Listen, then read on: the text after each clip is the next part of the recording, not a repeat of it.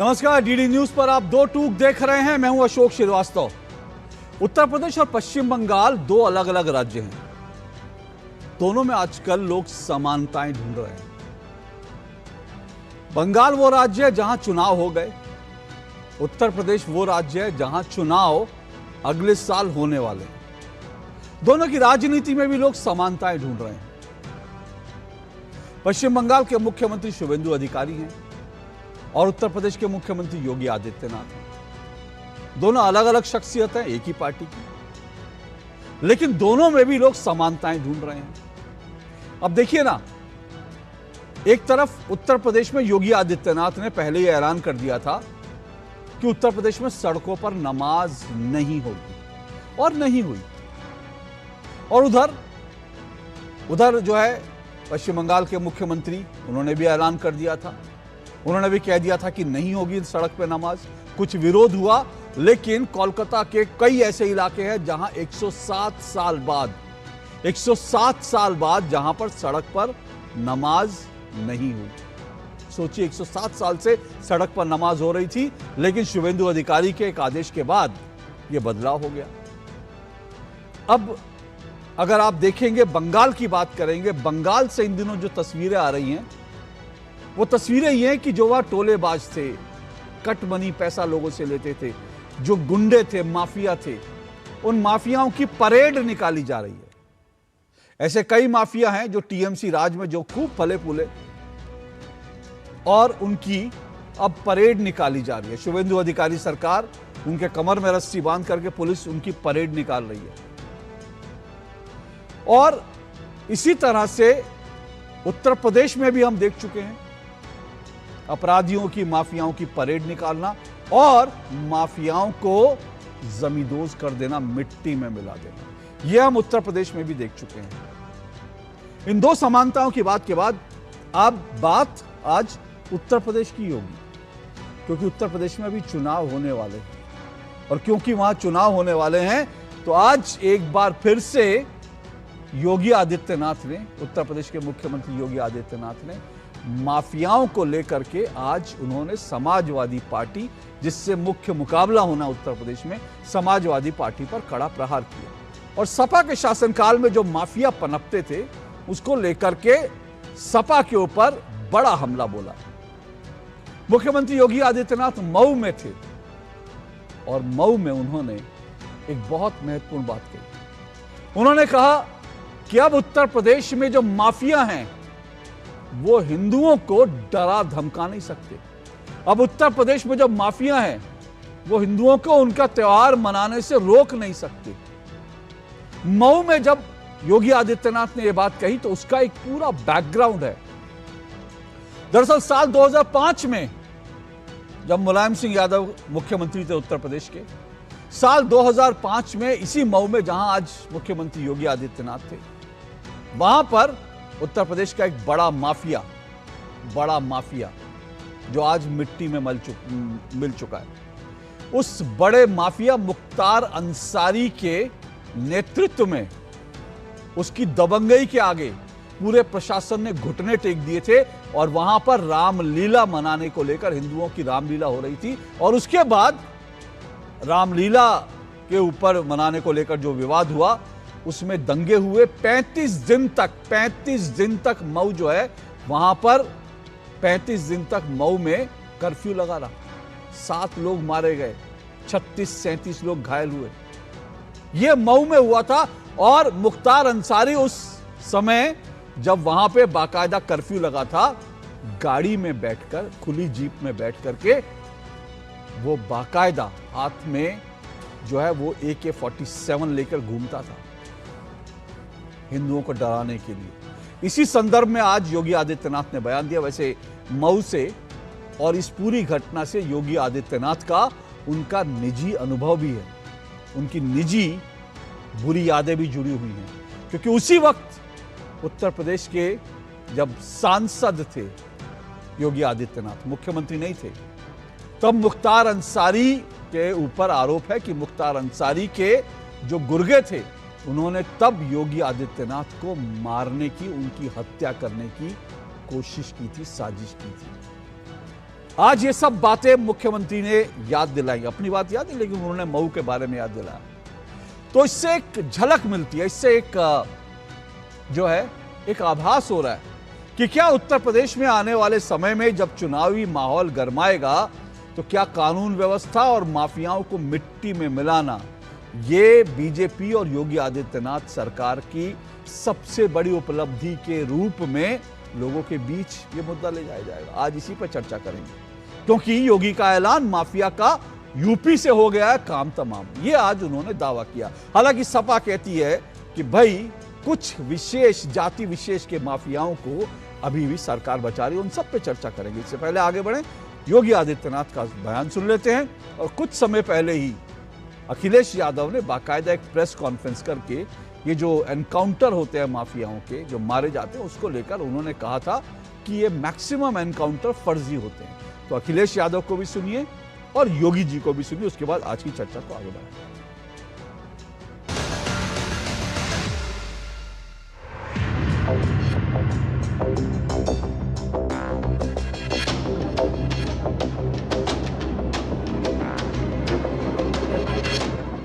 आज माफिया पिस्तौल लहराते हुए कोई धमका करके खुली जीप में चल करके किसी हिंदू को धमका नहीं सकता है, अब नहीं धमका सकता है। किसी माफिया में दुस्साहस नहीं, किसी गुंडे में दुस्साहस नहीं कि किसी पर्व और त्योहार में व्यवधान पैदा कर दे और उपद्रव पैदा कर दे। फर्जी इनकाउंटर के माध्यम से मेंटल सॉफ्टवेयर को सेट किया जाता है, इससे मानस में हिंसा को भरा जाता है, हत्या को जायज ठहराया जाता है और दंगल के जमाने की उस रूढ़िवादी मानसिकता को वापस लाया जाता है। अब कोई किसी गरीब की जमीन पर कब्जा नहीं कर सकता है। अगर करेगा तो उसे पता है कि कब्जा करेगा। पहले माफिया और गुंडे, पार्टी विशेष के गुंडे जबरन कब्जा करते थे गरीब की जमीन पर, व्यापारियों की प्रतिष्ठान पर।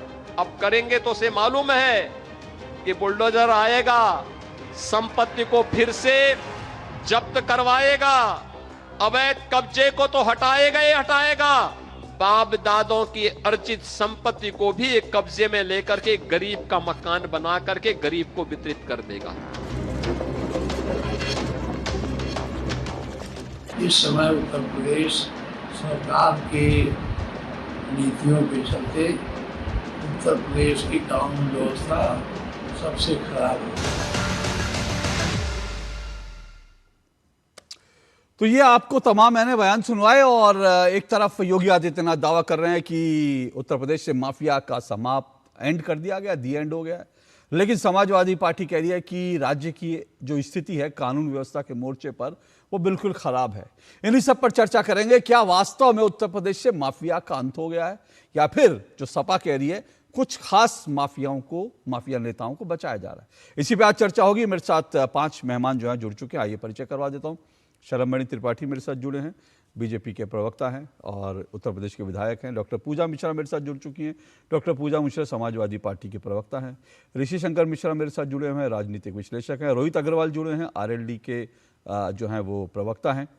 मेरे साथ पवन विजय जुड़े हैं स्टूडियो में, राजनीतिक विश्लेषक हैं। आप पाँचों मेहमानों का शुक्रिया, स्वागत। शुरुआत कर रहा हूँ शलभमणि त्रिपाठी जी और डॉक्टर पूजा मिश्रा, आप दोनों के साथ 1.5 मिनट आप दोनों को दूंगा, अपनी अपनी बात आप रखेंगे, उसके बाद आज की डिबेट को आगे बढ़ाऊंगा।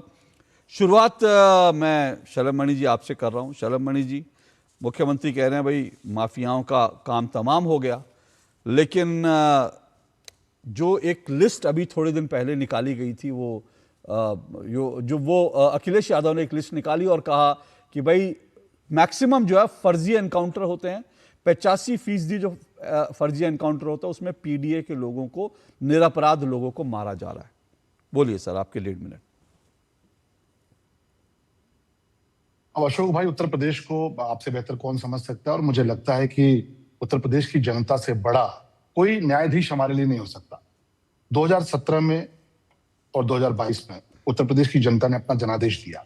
2017 में आप कह सकते हैं कि भाई अभी तो सरकार बनाने का मौका मिला था, लेकिन 2017 में के बाद 5 वर्ष के बाद जब 2022 में हम गए जनता के इम्तिहान में, तो कानून व्यवस्था एक सबसे बड़ा विषय था जिसको लेकर लोगों ने कहा कि डेवलपमेंट तो हुआ ही है, लोगों की मदद तो हुई है, लेकिन बड़े बड़े माफियाओं की हालत ये हो गई है कि बहुत सारे माफिया तो गाड़ी में बैठने से डरने लगे। बोलते थे मुझे रिक्शे से लेके चलो, मैं गाड़ी में नहीं बैठूंगा, क्योंकि गाड़ी जो है पलट जाती है और पलटने के बाद उसके बाद तो बहुत से लोग जो है वो चले जाते हैं, नर्क में चले जाते हैं। बहुत से माफिया व्हील चेयर पे आ गए। अब मैं नाम गिनाना शुरू करूंगा तो बहुत सारे लोगों को मिर्ची लगेगी, चाहे वो अतीक अहमद हो, चाहे मुख्तार अंसारी हो, मुकीम काला हो, ये सारे माफिया कहाँ गए?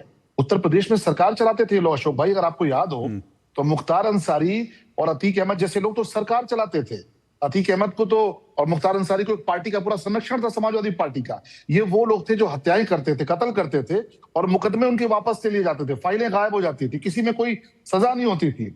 आज उत्तर प्रदेश माफिया विहीन हो चुका है। आज आपको कुछ घटनाएं छिटपुट हो सकती है, कई बार होती हैं, आपसे विवाद में होती है या कोई उभरने का प्रयास करता है, लेकिन माफिया नाम की चीज उत्तर प्रदेश से खत्म हो चुकी है।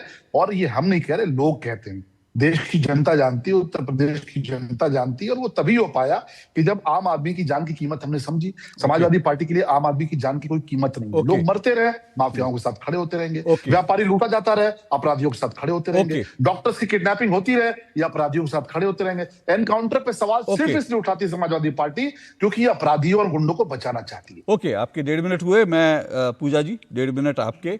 भाई, आपकी जब सरकार थी तो बाकायदा माफियाओं को संरक्षण मिलता था, वो संरक्षण में सरकार चलाते थे, और आज शलभ जी कह रहे हैं कि उत्तर प्रदेश की जनता है वो देख रही है कि क्या कुछ हो रहा है।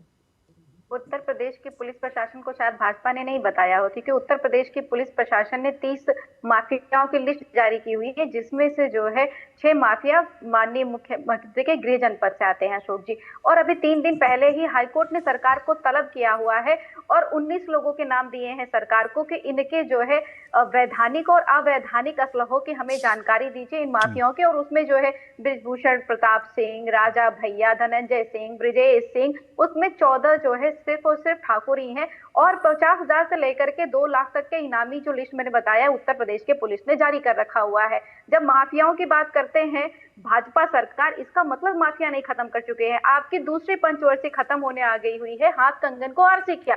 आपको हर जगह पे यही बोलने की आवश्यकता पड़ रही है, तो इसका मतलब माफिया राज खत्म नहीं हुआ। कल ही की घटना है, लखनऊ में, कैपिटल सिटी में, एक जो है व्यापारी को दिन दहाड़े गोली मार करके उसकी हत्या कर दी जाती है। एक महिला दरोगा है जो आरोप लगा रही होती है उनके साथ में रेप हुआ है, महिला दरोगा की वो रो रही होती है, उनका एफआईआर दर्ज नहीं होता है। मथुरा में, मोहाली में दिन दहाड़े कट्टे निकाल करके पूरा का पूरा गैंग जो है ओपन फायरिंग कर रहा होता है और सरकार आंखें बंद कर रखी हुई है। सरकार आंखें बंद इसीलिए कर रखी हुई है क्योंकि कभी इनको सौरभ श्रीवास्तव जो कि वाराणसी से भाजपा के विधायक है उनका संरक्षण मिलता, जैसे बीएचयू के रेपिस्ट का उन्होंने केक काट करके स्वागत किया हुआ था और भेज दिया था एमपी में चुनाव प्रचार करने के लिए। ये जो संरक्षण दे रखे हैं इसे भाजपा नहीं दे रखा। मुख्तार अंसारी की बात करते हैं, अब्बास अंसारी के साथ मिलकर के सरकार बना रखी हुई है इन्होंने। क्या एक गठबंधन तोड़ा राज भर के साथ में भाजपा सरकार ने? नहीं। इनके जो है अगर इनकी चीजें हैं तो वो सही हो जाती है और दूसरा की चीजें होती है गलत हो जाती है। ओके, आपके अभी 1.5 मिनट हुए, लेकिन एक बात आपने माफियाओं की चर्चा करते हुए जाति विशेष का नाम लिया। मतलब ये कहां से ये माफियाओं के अंदर ये जाति के हिसाब से उनकी कैटेगराइज करना, क्योंकि अखिलेश जी ने भी यही कहा था, आप लोग माफियाओं की भी तो जातियों के हिसाब से कैटेगराइजेशन क्यों करते हैं? 19 की लिस्ट नहीं, 19 की जो लिस्ट निकली उसमें 14 जो है ठाकुर ही क्यों है? आप बताइए कि जो है राजा भैया क्यों इतने गंभीर आरोप लगाए हुए, उन्होंने साक्ष्य दिए, क्यों नहीं कार्रवाई हुई? तो मतलब आपका ये आरोप है कि जो ठाकुर हैं उनको बचाया जा रहा है? आरसी क्या आरोप नहीं है, फैक्ट अच्छा, ठीक है। शलभ जी रिस्पॉन्ड कीजिए जी। हाँ शलभ जी। देखिए, समाजवादी पार्टी हो या कांग्रेस हो, जाति से ऊपर उठ नहीं पाते अशोक जी। समाजवादी पार्टी हो या कांग्रेस हो, जाति से ऊपर उठ नहीं पाते। कभी ये स्वामी प्रसाद मौर्य जी को छोड़ते हैं जो ब्राह्मणों के बारे में, इनके राजकुमार भाटी जी जो ब्राह्मणों के बारे में अपशब्द कहते हैं। कभी हमारी बहन पूजा मिश्रा को छोड़ते हैं जो क्षत्रिय जाति के लिए, क्षत्रिय समाज के लिए अपशब्दों का प्रयोग करते हैं। कभी आजम खान को छोड़ते हैं जो अनुसूचित समाज के लिए अपशब्दों का प्रयोग करते हैं और कहते हैं कि बाबा साहब भीमराव अंबेडकर से बड़ा कोई भूमाफिया नेता आजम खान कहते हैं। तो समाजवादी पार्टी का चरित्र ये है कि ये अपराधियों को, माफियाओं को और सबको जाति की नजर से देखते हैं। जरा आप बताइए ना, मुन्ना बजरंगी कौन सी जाति के था? मुन्ना बजरंगी जो समाप्त हो गया वो कौन सी जाति का था? आपको नहीं पता होगा, क्योंकि आप अपराधियों को जाति की नजर से अपने फायदे नुकसान के लिए देखते हैं। पर उत्तर प्रदेश की सरकार जाति के हिसाब से नहीं देखती। जो अपराधी वो अपराधी है, जिसने अपराध किया उसके खिलाफ कार्रवाई होनी चाहिए। आपको तकलीफ क्यों होती है? आज तक आपने कोई कार्रवाई तो की नहीं। पुलिस वही थी, जीप वही थी, थाना वही था, असलहा वही था, लेकिन क्या कारण था कि मनोज मिश्रा नाम के एक दरोगा को समाजवादी पार्टी की सरकार में गोली मार के चले जाते हैं। और मनोज मिश्रा, रुकिए ना एक मिनट, आ रहा हूं मैं, आ रहा और हूं। मनोज मिश्रा की, अशोक भाई रोकिए इनको। और मनोज मिश्रा शहीद हो जाते हैं, इंस्पेक्टर मनोज मिश्रा शहीद हो जाते हैं समाजवादी पार्टी की सरकार में, और आपकी सरकार कहती है गोली चलाने का अधिकार नहीं। यानी पुलिस का आदमी गोली खाता रहे, गोली चला नहीं सकता। आज योगी जी ने छूट दी है, भाई गोली चलाओगे तो गोली खाओगे। अब आप उसमें जाति ढूंढते चलिए तो ये आपकी बीमारी है। लेकिन मुझे पता है कि आपको तकलीफ किसमें होती है, आपको तकलीफ होती है। शलभ जी, उन्होंने कुछ नाम लेकिन लिए और कहा कि भाई कोर्ट ने लिस्ट दी है, इन लोगों पर कार्रवाई होनी चाहिए। तो वो कह रहे हैं कोर्ट ने लिस्ट दी है। जी, कोर्ट ने क्या पूछा है? देखिए गुमराह कैसे करते हैं। कोर्ट ने ये पूछा है कि भाई इनके पास कितने असलहे हैं और इन असलहों का लाइसेंस कैसे मिला। आप जरा पूछिए ना, अभी योगी जी की सरकार जब से आई है उस वक्त से लाइसेंस मिलने बंद है। आप पता करिए उत्तर प्रदेश में योगी जी की सरकार ने तो लाइसेंस देना बंद किया, क्योंकि ऑनरेबल हाई कोर्ट ने कहा कि समाजवादी पार्टी की सरकार ने इतने लाइसेंस बांट दिए कि पुलिस से ज्यादा लाइसेंस। उनकी बात सुन लीजिए, फिर आप बोलने दीजिए। अरे उनकी पूजा जी एक मिनट, पूजा जी एक मिनट, देखिए पूजा जी एक मिनट, अच्छा ठीक है, पूजा जी एक मिनट, क्या बात सुनिए ना, उनको बात रखने दीजिए, फिर आप रिस्पॉन्ड कीजिए ना। अशोक जी, अरे तो आपको मौका दूंगा ना, अरे आपको मौका दूंगा ना। पूजा जी सुनिए, पूजा जी सुनिए, गंभीर सुनिए, गंभीर पूजा जी गंभीर विषय है, मुझे लगता है गंभीरता से डिबेट करें। अरे एक मिनट पूजा जी ऐसे चिल्ला चिल्ली करके क्या होगा? उधर से वो बोलेंगे नहीं इधर से नहीं, ये कौन तय करेगा? ये सुनिए ना, नहीं ऐसे पूजा जी ऐसे चिल्ला चिल्ली करने से मैं आपको टाइम दे रहा हूँ ना। जी आप खुद बताइए, क्या उत्तर प्रदेश में नहीं, मुझे मेरी बात रखने दीजिए अशोक भाई। नहीं तो उनकी बात तो सुन लीजिए, उसके बाद आप रिस्पॉन्ड करेंगे ना। पूजा जी उनकी बात तो सुनेंगे ना, फिर कैसे हम तय करेंगे? बोलिए शलभ जी। पूजा मिश्रा जी, जितने तेवर आप अपने भाई शलभ मणि त्रिपाठी पर दिखा रही हैं, उसका 10% भी राजकुमार भाटी पर दिखा दी होती तो ब्राह्मण समाज आपको कहता कि बहन ने बहुत अच्छा काम किया। राजकुमार भाटी के सामने आपकी बोलती बंद हो जाती है, जो ब्राह्मणों के लिए क्या क्या बोलते हैं, और उनके सामने आप बोल नहीं पाती हैं। और समाजवादी पार्टी उनके आप उनका प्रवक्ता बन के आती हैं और आप इस प्रकार की गुमराह करने वाली बातें करती हैं, जिसको जनता के सामने सच जाना चाहिए। अशोक भाई, हाईकोर्ट ने कहा कि जनता से ज्यादा, पुलिस से ज्यादा असलहे जनता के पास है। किसने दिया जरा मुझे बताइए? और हाईकोर्ट ने कब कहा? 2017 के पहले समाजवादी पार्टी ने जिस प्रकार से असलहे बांटे, आप बताइए ना, आप भी शादी ब्याह में जाते हैं, कहीं असला दिखता है क्या? समाजवादी पार्टी की सरकार थी, जीपों में भर के बोर्ड तगड़े तगड़े लोग असलहे लेके घूमते थे, हर्ष फायरिंग करते थे। अब कहां चले गए वो असलहे? क्योंकि पुलिस ने कार्रवाई की, हमने रोका। लेकिन आपने जो असलहे बांटे हैं उसका ब्यौरा समाजवादी पार्टी की सरकार में बांटे गए। असलों का ब्यौरा मांगा है कोर्ट ने, हम कोर्ट को देंगे ब्यौरा। ओके पूजा जी, एक सवाल, उसके बाद आप अपनी बात रखिए। एक सवाल आपसे मेरा है, और सवाल सीधा सा है, क्या आतंकवाद का कोई मजहब होता है? आतंकवाद का मजहब होता है? प्रश्न नहीं बनता, मैंने पहले ही बोला कि इस तरीके का कोई प्रश्न नहीं बनता। नहीं, अरे प्रश्न, मैं भाई आतंकवादी जो हैं, अगर मैं उनके नाम पढ़ दूं, सभी आतंकवादियों के जो हैं, जो भारत में आतंकी घटना करते हुए पाए गए या दुनिया में पाए गए, उनके नाम पढ़ दूं, और मुझे ये भी बताना नहीं यूएन की डेजिग्नेटेड लिस्ट में कौन कौन आतंकवादी हैं और उनके क्या मजहब है, पर क्या आतंकवाद का मजहब होता है? मुझे बेहतर लगेगा कि जो है आप पहले प्रश्न पे आ जाए, ज्यादा मैं प्रश्न पर आ जाता हूं, मैं प्रश्न पर आ जाता हूं। मेरा प्रश्न, एक मिनट, मेरा प्रश्न सुन लीजिए ना, मेरा प्रश्न सुन लीजिए। मेरा प्रश्न यही था, दिक्कत यही है, आतंकवादी कौन से मजहब के होते हैं? ये जब कोई भी बात आती है तो कहा जाता है आतंकवादी का कोई मजहब नहीं होता, आतंकवाद का मजहब नहीं होता। लेकिन माफियाओं के मजहब ढूंढ लेते हैं आप लोग, माफियाओं की जातियां ढूंढ लेते हैं आप लोग। मैं यही कह, मुझे एक मिनट, आप उन बात रखिए, मेरी बात सुन लीजिए। मुझे तकलीफ इस बात पर है, आप लोग कहिए कि आपने ये कहा होता ना कि भाई ये लोग अपनी पार्टी, इनकी पार्टी से जुड़े जो माफिया उनको बचा रहे। आपने बाकायदा एक जाति विशेष का नाम लेकर कहा कि ठाकुर जो है माफिया जो है इनको बच, तो मतलब ये इस तरह की जाति की बात करना, मुझे उस पर आपत्ति है। आप बीजेपी पर राजनीतिक हमले करें, आप बीजेपी पर राजनीति, वो ठीक है, लेकिन किसी जाति को लाना क्यों लाना? जब आतंकवाद का मजहब नहीं होता तो माफियाओं का जाति कैसे हो सकती है? अब बोलिए आप। अशोक जी, मैं फिर से कहूंगी कि जो ये वर्तमान की सरकार है, माननीय मुख्यमंत्री जी स्वजातीय, चाहे वो अपराधी हो, चाहे वो माफिया हो, चाहे वो किसी भी करप्शन में इन्वॉल्व है, उसको बचाने का काम करती है। अभी भाजपा के जो विधायक जी हैं, ये बड़ा तगड़े से बोल रहे थे कि यही तेवर आप दिखा देती जो है भाटी जी के सामने तो जो है ज्यादा बढ़िया रहता, यही तेवर आप पंकज चौधरी के सामने दिखा देते तो ज्यादा बढ़िया रहता। हम भी अच्छा लगता कि भाई ब्राह्मण विधायक मीटिंग करते हैं, आपको नोटिस भेज दिया जाए। डॉक्टर पूजा मिश्रा ने वही तेवर दिखाया जो यहाँ दिखा रही है, वही दिखाया। समाजवादी पार्टी में है ना, इसलिए दिखा पाई थी, और समाजवादी पार्टी ने ये भी नहीं पूछा कि जो है आपने ये तेवर क्यों दिखाया हुआ है। अब वो रही बात अलग, हमारी पार्टी की बात हो जाती है। अब आपने कहा, मैं फिर भी कहूंगी कि 16 जातियों को बचाने का काम माननीय मुख्यमंत्री योगी आदित्यनाथ जी करते हैं। हमने कानपुर में देखा था उसका, क्योंकि जब ठाकुर डीएम और एससी सीएमओ के बीच में कॉन्फ्लिक्ट होता है सेम ही मामले पे, तो सीएमओ को हटा दिया जाता है, निष्कासित कर दिया जाता है, पर डीएम भाई साहब बने रहते हैं।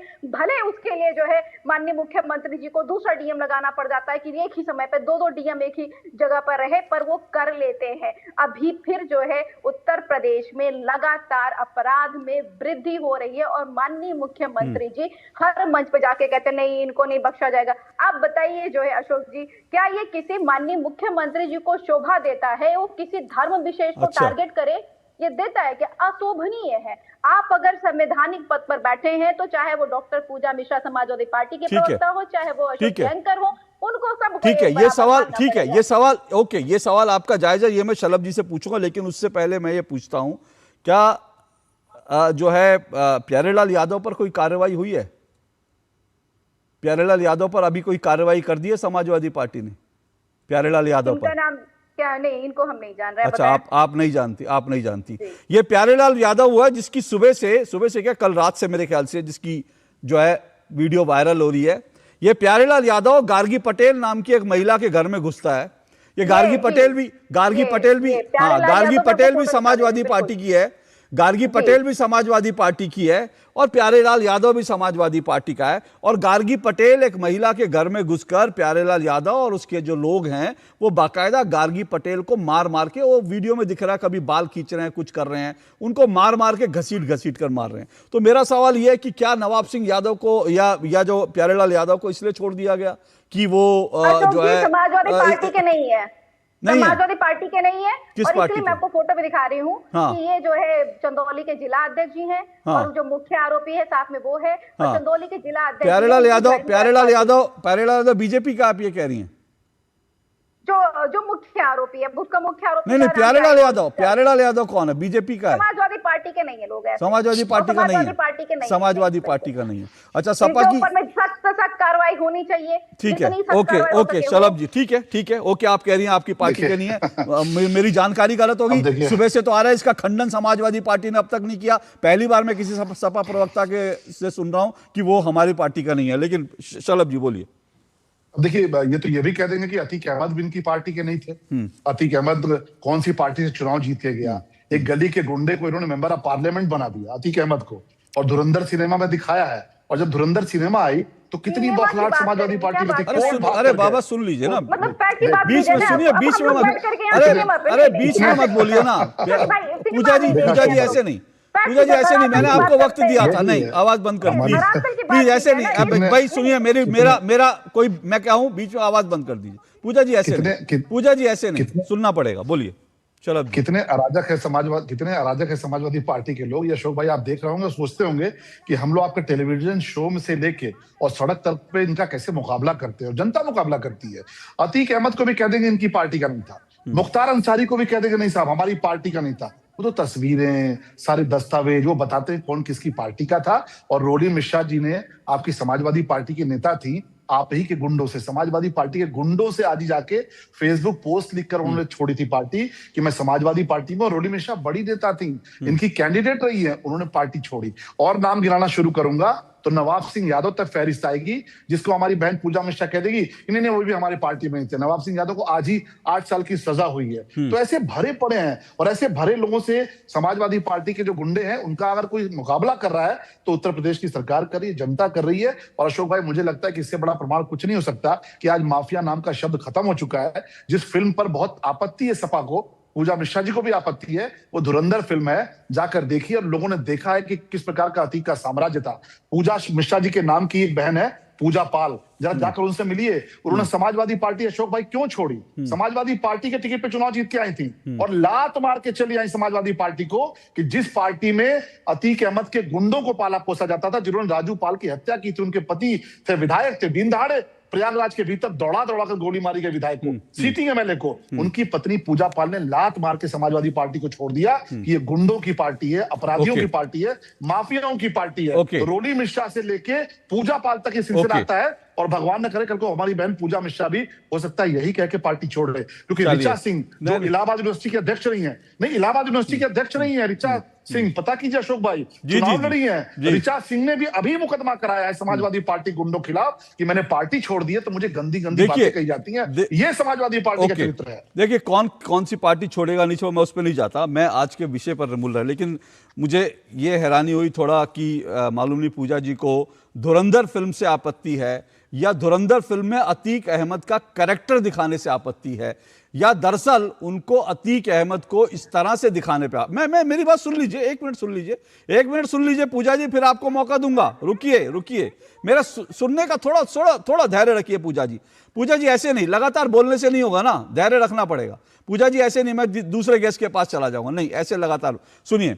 मैं ये कह रहा हूं कि अतीक अहमद से क्या फिल्म में जो दिखाया उस पर कोई कहे कि फिल्म में ये दिखा दिया वो दिखा दिया, लेकिन क्या ये अतीक अहमद वो नहीं है जिसने सपा की सरकार में 16 पुलिस वालों को अपने घर में बंदी बना लिया था? क्या यह सही नहीं है? क्या यह सच नहीं है? अतीक अहमद वो माफिया था, वो गुंडा था जो पूरे आधे उत्तर प्रदेश पर शासन करता था और उसने 16 पुलिस वालों को अपने घर के अंदर बंद कर दिया था। और मुलायम सिंह यादव जी ने तब फोन किया था, फोन करके कहा था कि भाई छोड़ दो यार, बड़ी बदनामी हो रही है सरकार की। अरे उस समय मुलायम सिंह यादव ने क्यों नहीं ठोकवा दिया पुलिस को, कहा कि 16 पुलिस वालों को जो बंधक बना ले उसके घर में घुस के क्यों नहीं ठोका? इसकी इतनी हिम्मत कैसे हो गई थी? और यह भी बता दूं पूजा जी, लगातार बोलने से नहीं होगा, सुनना सीखिए।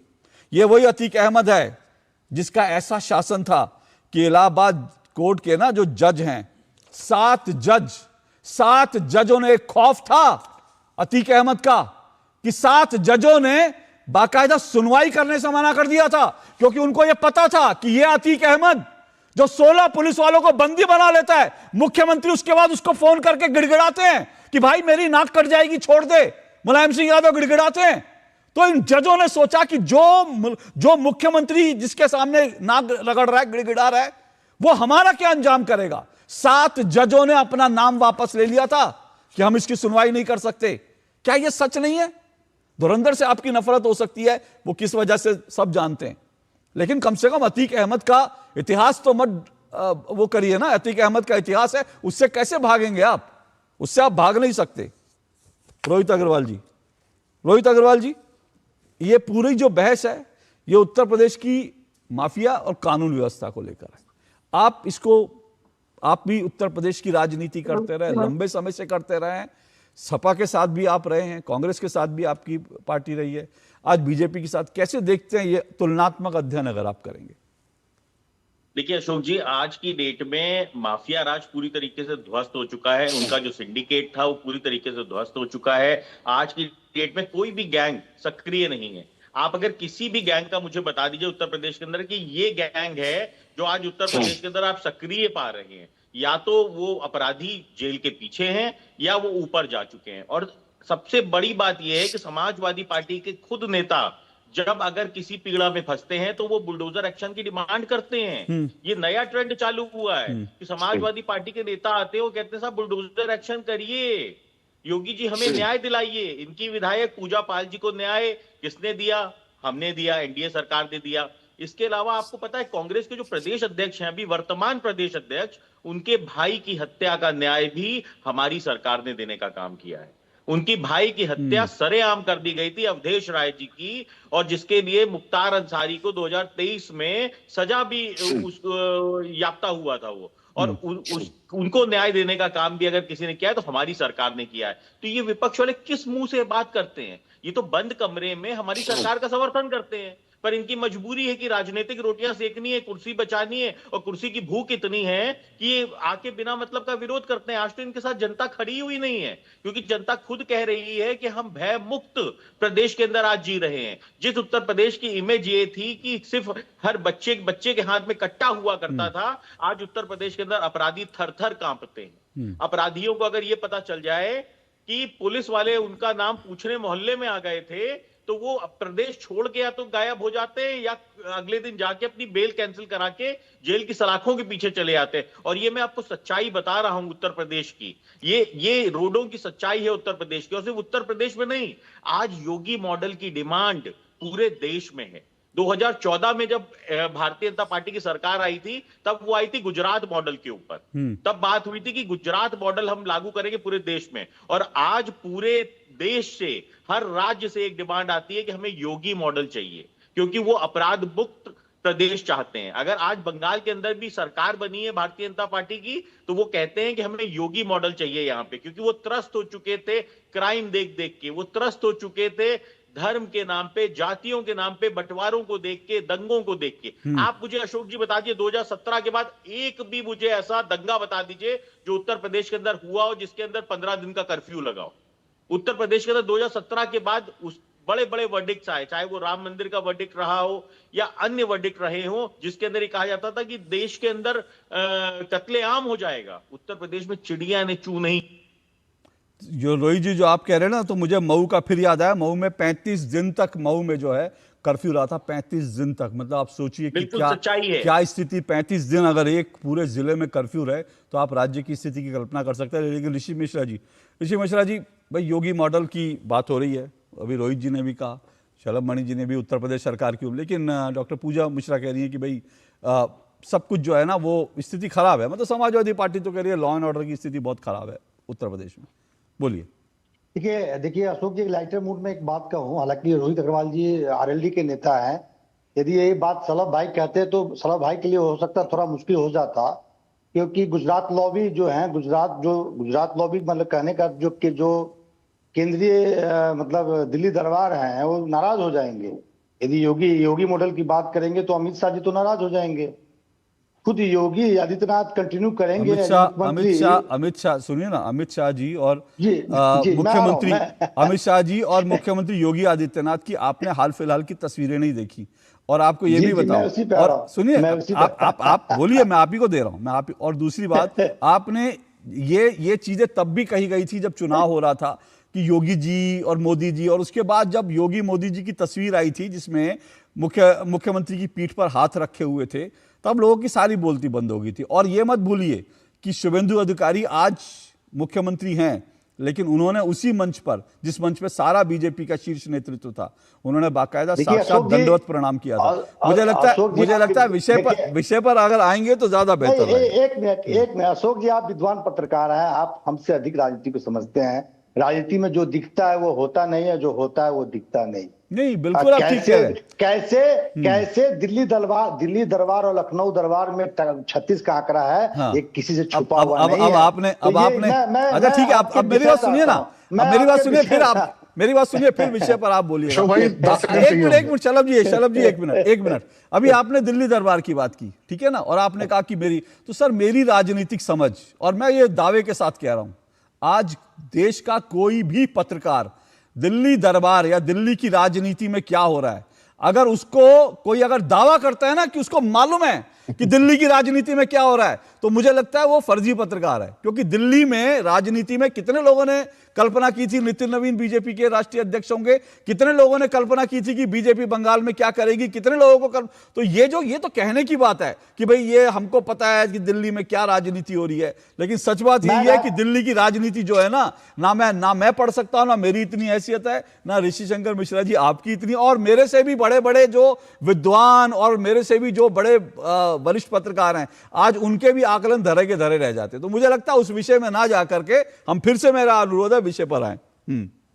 देखिए, मैं एक रिलेशन की बात को लेकर कहा है, मतलब बीजेपी में इंटरनल पॉलिटिक्स में क्या डेवलपमेंट होते हैं। अरे तो विषय पर आइए ना, मैं आपको विषय के जी मैं अशोक जी, मैं ये कह रहा हूं, देखिए कि माफिया राजनीति में किस प्रकार से एंट्री कर चुकी है, ये कहने की जरूरत नहीं है। तमाम पॉलिटिकल पार्टी इस बीमारी से ग्रसित हैं, चाहे समाजवादी पार्टी हो, कांग्रेस हो, बसपा हो, सपा हो, बीजेपी हो। यदि आप समाजवादी पार्टी के कार्यकाल को देखेंगे तो बिल्कुल सही है, अतीक अहमद, मुख्तार अंसारी परिवार का किस प्रकार से दबदबा था और कैसे लॉ एंड ऑर्डर या जो शासन प्रशासन के जो सिस्टम है उसको ताक पर रख के वो कैसे यूपी में काम करते थे।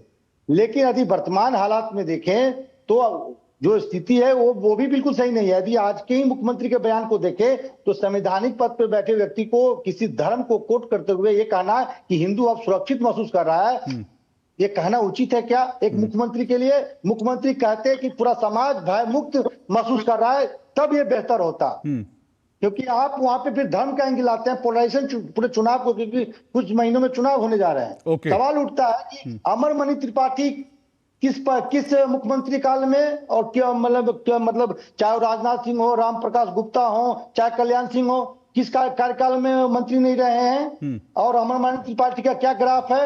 योगी आदित्यनाथ से अमरमणि त्रिपाठी का क्या रिलेशन है? कैसे उनको हॉस्पिटल में रखा गया था? तमाम नियम कानून को ताक पर रख के अमरमणि त्रिपाठी को अस्पताल में रखा गया था, जिसपे गंभीर चार्जेस थे। अमरमणि त्रिपाठी को लेकर जब एक केस के मामले में मुख्यमंत्री योगी आदित्यनाथ से एक लड़का मिलता है, कैसे फाइल फेंक दिया जाता है?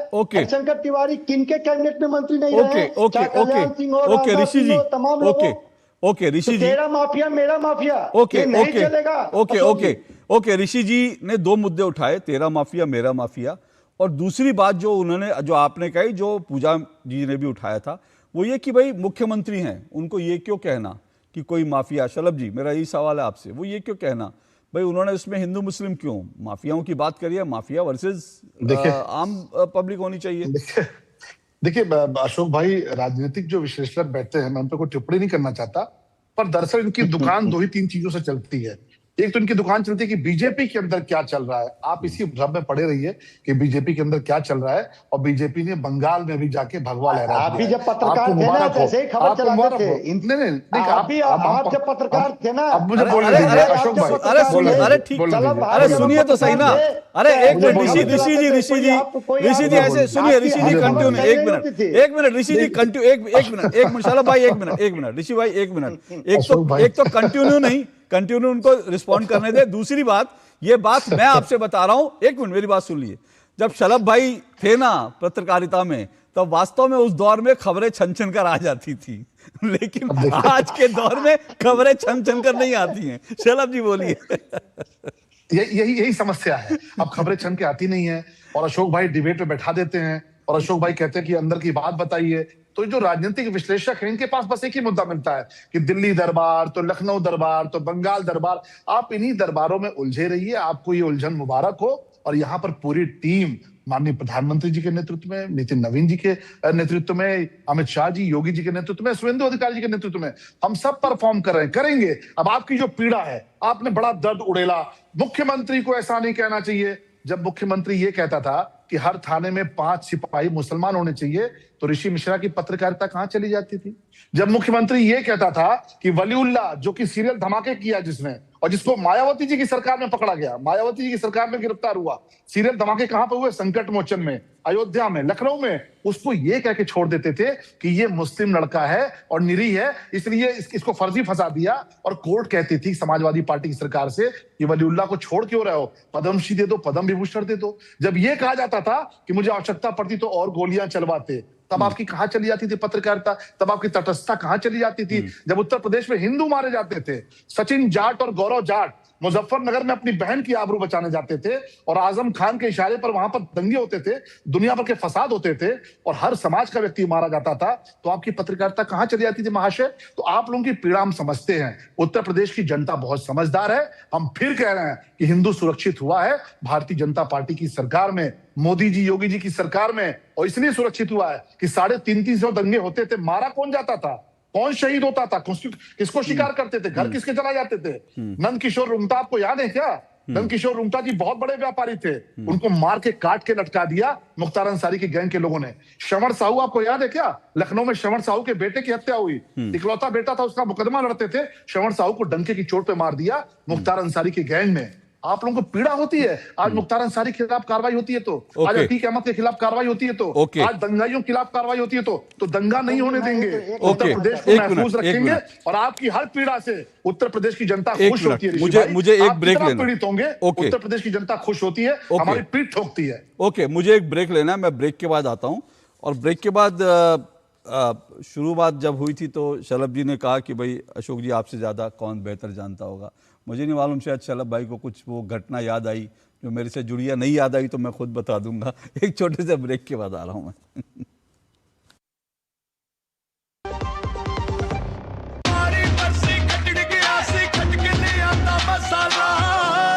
केड़ा मसाला होए, छोलिए दा या लोबिए दा, पंजाबी छोले दा या पिंडी चने दा।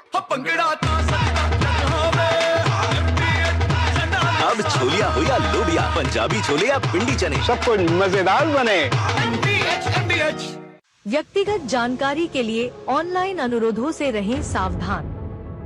कुछ भी जानकारी देने से पहले जरूर सोचें। कोई भी वैधानिक कंपनी फोन या इंटरनेट पर आपसे निजी जानकारी कभी भी नहीं मांगती, इसलिए ऐसे कॉल या ईमेल आने पर अपनी जानकारी देने से पहले समझदारी दिखाएं और सावधानी बरतें।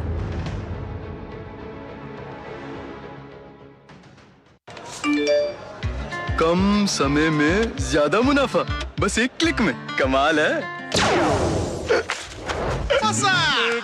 अनजान लिंक्स पर क्लिक मत कीजिए, आरबीआई कहता है जानकार बनिए, सतर्क रहिए। गोल्डी छोले मसाले, जहाँ जाए रिश्ते बनाए। गोल्डी लाए हैं फ्रेश लॉक टेक्नोलॉजी जो रखे मसालों को हर समय फ्रेश। चलिए, दो टुक आप देख रहे हैं। दो टुक में हम चर्चा कर रहे हैं, योगी ने कर दिया ऐलान, माफिया का यूपी से काम तमाम। मऊ में जो है मुख्यमंत्री योगी आदित्यनाथ ने बड़ी बात की। उन्होंने कहा कि जो माफिया है अब वो किसी हिंदू को उनका पर्व मनाने से और उनको तकलीफ देने की अब उसकी हैसियत नहीं रही, माफिया मिट्टी में मिल गया। उसी को लेकर चर्चा करें क्योंकि समाजवादी पार्टी कह रही है कि राज्य की कानून व्यवस्था तो चौपट हो चुकी है। मेरे साथ 5 मेहमान जुड़े हुए हैं और मैं जल्दी से जिक्र कर दूं, फिर उसके बाद मैं आपके पास आऊँगा। मेरे साथ पवन विजय जी जुड़े हुए हैं। देखिए, बात जो हुई ना कि शुरू में शलभ भाई ने कहा कि भाई अशोक जी आपसे बेहतर कौन जानता होगा। शायद मैं कह सकता हूँ कि मेरे से बेहतर शायद जो अनुभव मैंने किया, क्योंकि मैं उत्तर प्रदेश में किडनैप हो चुका हूँ। 6 घंटे में किडनैपर्स के कब्जे में था। मुझे गाजियाबाद से लेकर बड़ौदा बागपत तक वो जो है गाड़ी में मैं किडनैपर्स के साथ था। मेरे दोनों तरफ गन। मैं पहली बार टीवी पे बता रहा हूँ क्योंकि विषय मेरा नहीं है, लेकिन आज उत्तर प्रदेश की चर्चा चली तो मुझे लगा बता देना चाहिए। मेरे दोनों तरफ पिस्टल लगी थी और उस 6 घंटे में मुझे गाजियाबाद से लेकर बागपत बड़ौद तक सड़क के किनारे एक पुलिस की वैन नहीं दिखाई दी जिससे मैं मदद मांग सकता। एक पुलिस की वैन नहीं दिखाई गई। तो ये मेरी अपनी, ये मेरा जो अनुभव है, लेकिन हो सकता है सबका अनुभव ऐसा ना हो और किसी का अनुभव ऐसा होना भी नहीं चाहिए। लेकिन साल बता दीजिए, वर्ष बता दीजिए, वरना कंफ्यूजन हो जाएगा। सर ये 2017 से पहले की बात है, बाकी आप जाएंगे गूगल करेंगे तो ये जानकारी मिल जाएगी। लेकिन मैं सिर्फ ये बता रहा हूं कि आज मऊ में जो उन्होंने जिक्र किया ना, तो ये ऋषि शंकर मिश्र ने कहा कि तेरा माफिया मेरा माफिया। लेकिन ऋषि जी, उसके साथ साथ एक बात देखनी चाहिए, ये जो मुख्तार अंसारी है, मुख्तार अंसारी का जैसा अगर आज कहीं हो रहा हो तो मैं चाहूंगा कि आप उसको निकालें, हम उसे 2 टूक में रखें। देखिए, मुख्तार अंसारी जो है मछली खाने का शौकीन था। जब वो जेल में था तो बाकायदा जेल के अंदर उस मुख्तार अंसारी के लिए एक तालाब खोदा गया, उसके अंदर मछली बनती थी और वो मुख्तार अंसारी को मछली जेल में खिलाई जाती थी। अच्छा, उसके लिए बैडमिंटन का कोर्ट जेल में बना था और डीएम साहब आते थे उसके साथ बैडमिंटन खेलने के लिए कि भाई मुख्तार अंसारी जी ने आदेश दिया है तो डीएम साहब चिड़ी चिक्का लेकर गए हैं और चिड़ी चिक्का खेलेंगे उस माफिया के साथ। और पुलिस और प्रशासन के कर्मचारी जेल के अंदर उसके प्रेस किए हुए कपड़े लेकर जाते थे मुख्तार अंसारी के। मैं कह रहा हूं, क्या ऐसा इस प्रदेश में होता था? कम से कम आज अगर ऐसा हो रहा है तो फिर मुझे लगता है विपक्ष को रखना चाहिए, नहीं तो यह मानना चाहिए कि जिस तरह से उस समय हो रहा था वैसा नहीं हो रहा। पवन विजय, देखिए, मेरा ये मानना है कि अभी जो पूजा जी कह रही थी, मैं उनकी बात को सुन रहा था, वो बहुत ही अफसोसजनक है कि एक सन्यासी को उसकी जाति से पहचानने का काम जो ये कर रही हैं, ये बहुत इनके लिए खतरनाक भी है और इसीलिए लगातार हार रही हैं। जब एक सन्यासी बनता है कोई व्यक्ति तो अपनी जातिगत पहचान से, परिवारगत पहचान से बिल्कुल अलग हो जाता है। तो वो बार बार जो स्वजाति शब्द का इस्तेमाल कर रही हैं, मेरा आग्रह है कि उस शब्द का इस्तेमाल न करें और जो अपराध हो रहा है, अपराधों का क्या वर्गीकरण हम जातियों के आधार पर करेंगे? लोकतंत्र में हम जातियों के आधार पर तय करेंगे कि ये अपराधी है, ये अपराधी नहीं है? मुझे लगता है कि समाजवादी पार्टी के जो थिंक टैंक हैं उनको इस बात को एक बार फिर से रिव्यू करना चाहिए। मैं मानता हूं कि जो माफिया हैं, माफिया सत्ता के समांतर अपनी सत्ता स्थापित करते हैं। आप 2017 से पहले, नो डाउट, आप 2017 से पहले प्रयागराज, उस समय का जो इलाहाबाद था, आप वहां पर जाते, कानपुर जाते, लखनऊ जाते, गाजियाबाद जाते, हर जगह सत्ता के समांतर इनका अपना एक सिस्टम बना रहता था, एक इनकी अपनी सत्ता रहती थी। प्रजापति के बारे में कौन नहीं जानता, अमेठी में जिसकी सत्ता चलती थी। कानपुर मुझे याद है, हम लोग पढ़ते थे तो राज्य मंत्री थे संतोष शुक्ला, थाने में घुस करके विकास दुबे ने उनकी हत्या की। बिकरू का जो कांड था, कौन नहीं जानता उसको। जब विकास दुबे को का इनकाउंटर हुआ तो उसको जातिगत रंग दिया गया। देखिए, ये एक स्ट्रेटजी है कि जो हिंदुत्व है, हिंदुत्व की बजाय अब हम जातियों की बात करें, तो जो हिंदू एकता है, हिंदू जो संगठित हो रहा है, जो जागृत हो रहा है, अगर जातियों की बात करेंगे तो वो अलग अलग होगा, और अलग अलग होगा। क्या चुनाव से पहले ये रणनीति भी है कि बिल्कुल, क्योंकि हिंदुत्व को तोड़ने का काम जातिवाद को उभार करके किया जा रहा है, इसमें कोई शंका नहीं है। अलग अलग जातियों को अलग अलग आइडेंटिटी दिया जा रहा है, उनके आधार पर, जो मतलब एक हम हिंदू के आधार पर इकट्ठा हो रहे हैं, उसकी बजाय हम जातियों के आधार पर इकट्ठा हों, एक दूसरे के खिलाफ विश्वमन करें। इसमें जो पार्टियां हैं उनका हित जो है उसमें सुरक्षित है। तो एक मिनट, मैं ये कह रहा हूं कि जो ये माफिया को मिट्टी में मिलाने की बात है, ये लोकतंत्र के लिए शुभ है।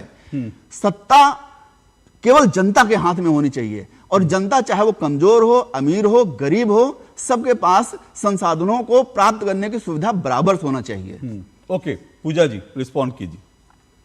अभी इन्होंने कहा कि हाँ बिल्कुल बिल्कुल, रोहित भाई आऊंगा, आ रहा हूँ जी। हाँ रोहित भाई आता हूँ रोहित भाई, पूजा जी के बाद आपके पास आऊंगा रोहित भाई। पवन जी ने अभी कहा कि जो है मुझे नहीं बोलना चाहिए था कि माननीय योगी आदित्यनाथ जी वो शांत हो रखे।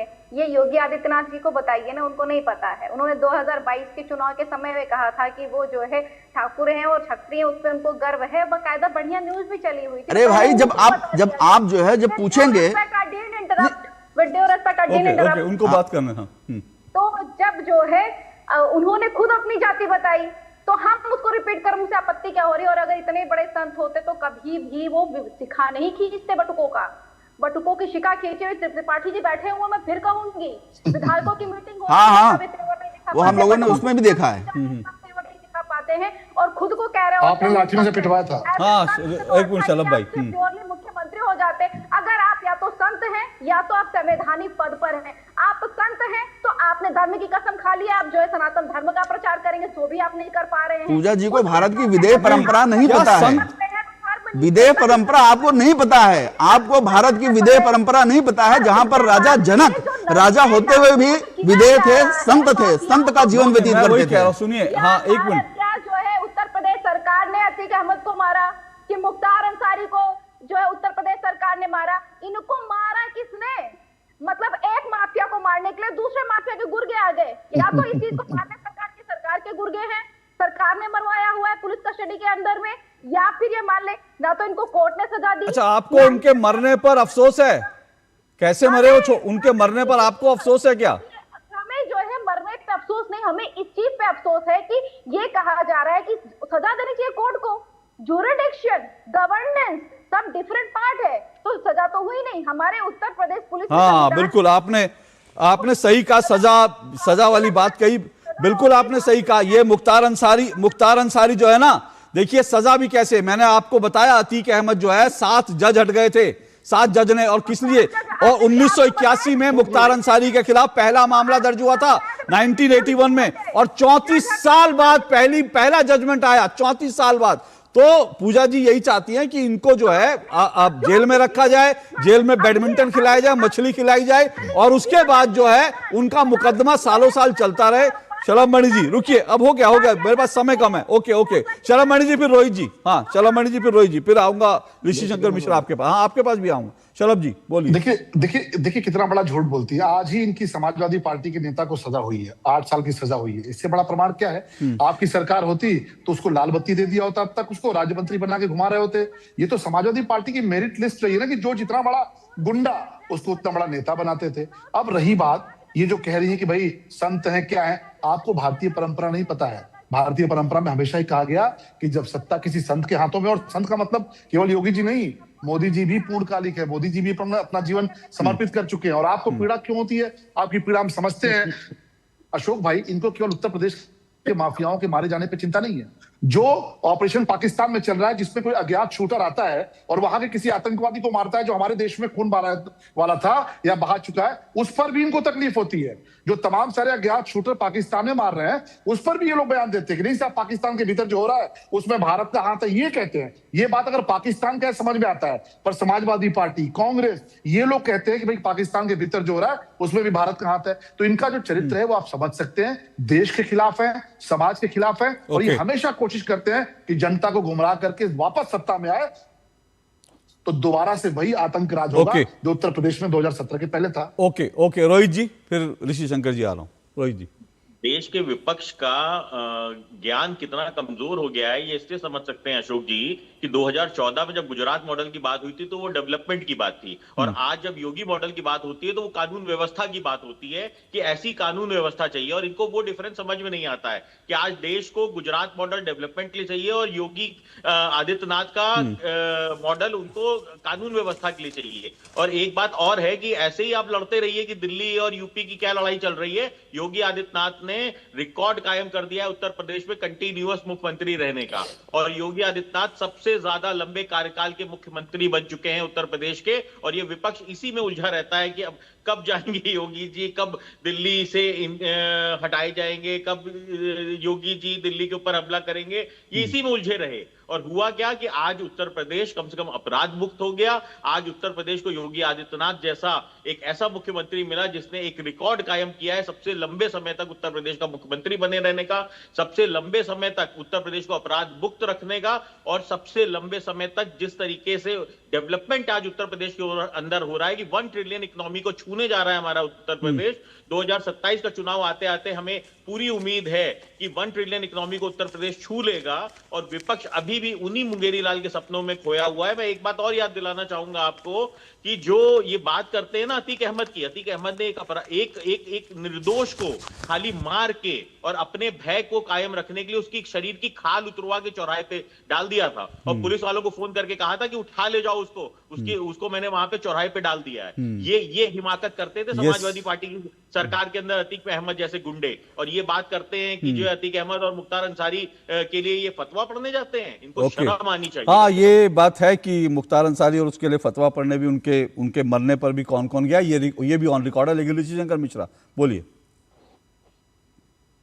ऋषि शंकर मिश्रा, देखिए, आग के बदले आग के बदले आग की परिपाटी हिंदुस्तान की कल्चर नहीं रहा है रोहित जी। और आप जो अतीक अहमद को लेकर कोट कर रहे हैं, तो इलाहाबाद के आम आवाम से पूछ लीजिए कि भाजपा के किस नेता से अतीक अहमद के आर्थिक लेन देन थे, उस पर भाजपा क्यों नहीं कार्रवाई करती है? आप बताइए ना, आप नाम लेके बताइए उस भाजपा नेता का। आप नाम लेके बताइए ना। आप नहीं, मैं इनसे पूछता हूँ ना, ये उत्तर प्रदेश की राजनीति करते हैं, बताएंगे उस नेता का नाम। इलाहाबाद का जो नेता है जिसका अतीक अहमद से आर्थिक लेन देन। हाँ, रोहित जी बोलिए। चलिए, आप रोहित जी से सवाल पूछना चाहते हैं?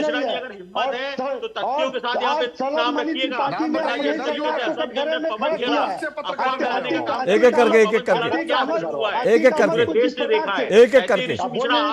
अरे एक एक करके एक मिनट सुनिए ना, एक एक करके एक मिनट रोहित भाई, 1 मिनट ऋषि शंकर भाई, 1 मिनट रोहित भाई। ऋषि शंकर जी, आपने कहा, मैंने तो आपको इजाजत दी, मैंने कहा आप नाम ले दीजिए, मैं उनसे पूछ लूंगा। आप नाम नहीं लेंगे तो मुझे उनसे पूछना पड़ेगा ना। आपने उनसे कहा कि आप क्या जानते हैं, तो मैं उनसे पूछ रहा हूं कि क्या आप जानते हैं, मुझे उनसे पूछना पड़ेगा ना।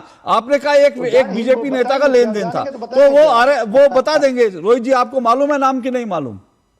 नहीं, मैं तो इनसे कह रहा हूं कि भैया तथ्यों के साथ बता दें, ये हमें तो ज्ञान नहीं है कि इस तरीके का किसके साथ लेन देन था। चलिए, अब आप बता दीजिए किस नेता के साथ उनका लेन देन था। ऋषि शंकर मिश्रा जी, अब आप बता दीजिए। ऋषि शंकर मिश्रा जी, बता दीजिए। देखिए, मेरा ये कहने का ये तात्पर्य है कि आग के बदले जो दाएं बाएं अब आप नाम बताइए ना सर, आप इतना बड़ा सुनिए, आप सुनिए ना, अरे एक मिनट, अरे ऋषि शंकर जी, ऋषि भाई सुनिए ना, आपने इतना बड़ा आरोप लगाया, फैलाने की दुकान बंद हो चुकी है झूठ फैलाने की दुकान बंद हो चुकी है। ऋषि जी आपने इतना बड़ा आरोप लगाया और मैं कह रहा हूं आप नाम ले दीजिए ना, फिर हम शलभ जी को घेरेंगे, आप नाम तो लीजिए। मुझे कंप्लीट तो करने दीजिए आप लोग। अरे कंप्लीट करने दे रहा हूं, आप नाम लीजिए तब। अब समय सुनिए, समय इतना नहीं है कि हम उस पर डिटेल बात करें, आप नाम बताइए, मैं शलभ भाई से जवाब लेता हूं। मैं सुन तो लीजिए। हाँ बताइए। तलब मनी त्रिपाठी जी ने अपने ही सरकार को कटघरे में खड़ा किया है। अतीक अहमद का न्यायिक हिरासत में मौत होती है, सरेआम गोली मार दिया जाता है। सरकार आ रहा शलभ भाई, एक मिनट, शलभ भाई 30 सेकंड दीजिए, आ रहा हूं मैं। सरकार के इकबाल पे सवाल है। ओके शलभ भाई, ठीक है, ओके शलभ जी बोलिए। अशोक भाई इतनी हिम्मत नहीं कि नाम ले पाए और फर्जी बातें उड़ाकर यहाँ के आपके शो से जाना चाहते हैं। मैं तो चुनौती देता हूं कि अगर आप अपने आप को पत्रकार कहते हो, नाम बताओ, इसी टीवी चैनल पर नाम बताइए कि किसका आपने नाम लिया। आपकी हिम्मत है बोल पाने की, क्योंकि आप मुख्तार अंसारी के खिलाफ नहीं बोल सकते, न जाने कौन से आप पत्रकार हो, अतीक अहमद के खिलाफ नहीं बोल सकते।